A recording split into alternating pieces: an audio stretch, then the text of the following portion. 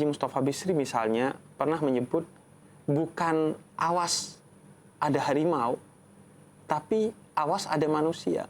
Karena sejatinya bukan harimau yang tersesat ke kampung kita, tapi kita yang tersesat ke hutan harimau, sehingga kemudian harimau masuk ke kampung kita. Karena sejatinya kampung yang kita bangun itu adalah alam bagi harimau yang tidak seharusnya kita bangun.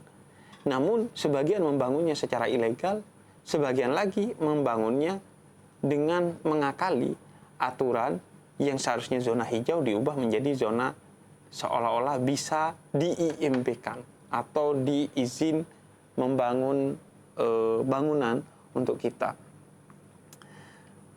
Kemudian karena itu Al-Quran mengatakan terjadi kerusakan di darat dan di laut, ya karena perbuatan manusia.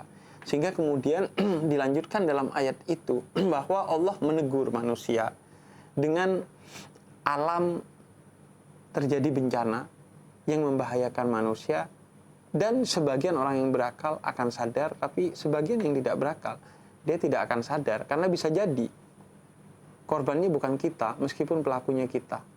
Karena membuang sampah di Ciliwung itu bisa membuat bencana di Amazon, karena alam berada dalam satu horizon. Kerusakan yang kita buat di sini bisa berdampak buruk bagi orang yang ada di sana. Buang sampah tidak pada tempatnya di Bogor akan menyebabkan bencana banjirnya di Jakarta.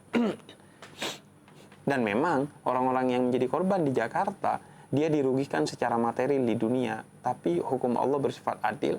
Dia justru mendapatkan kemuliaan di akhirat atau bahkan di dunia pasca bencana itu, dan dosa tetap tidak akan salah sasaran, yaitu kepada orang-orang yang membuang sampah tidak pada tempatnya.